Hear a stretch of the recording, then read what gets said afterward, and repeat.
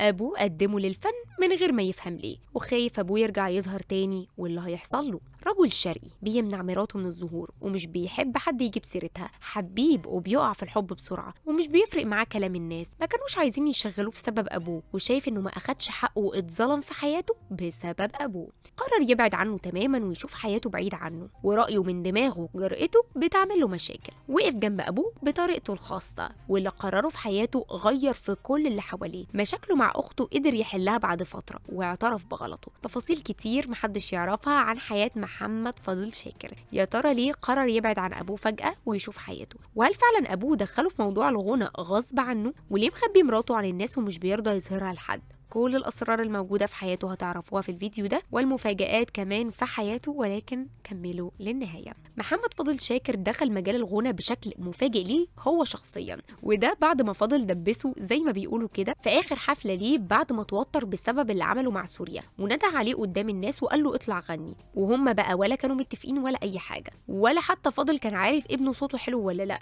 بس كان بيحاول يخلص من التوتر اللي حصل له بأي شكل. وبعد اللي حصل لفاضل شاكر، محمد كان هيسافر الخليج ويشق طريقه هناك، وده لما ما بقاش ليه مكان خلاص في لبنان، وكل واحد من اهله راح في مكان. حس بقى انه مديون لابوه ولازم يعمل اي حاجه عشان اسم فاضل ده يفضل عايش، فقرر انه يلبس عباءه ابوه ويغني الاغاني بتاعته، وكلها كمان متسجله. وكمان اول ما اتطلب في حفلات غناها تاني، وده طبعا ساعد بان اسم فاضل يفضل عايش. الناس فاكراه لحد ما يرجع بنفسه، وفجاه بعد ما ابوه رجع للساحه تاني حس انه محتاج يبقى له شخصيه مستقله. يا اما بقى هيفضل عايش في عباءه فاضل شاكر طول العمر، يا اما هو يشق طريقه بعيد عنه. محمد ما وصلش انه يقف على مسرح بسهوله، بالعكس ده فنانين كتير ما كانوش عايزينه يوصل للحظه دي عشان بس خاطر ابوه. ده غير الناس اللي ابوه كان بيساعدهم ومحدش فيهم وافق انه يقف جنبه، بس دلوقتي هو شايف انه هياخد طريقه ويمشي فيه. محمد شخصيه شرقيه جدا، ورغم انه كان حبيب طول عمره، بس لما اتجوز قرر انه يمشي جنب الحيط وما يبقاش ليه غير مراته وابنه. محمد بقى رغم انه مطرب ومن بيت فني كله،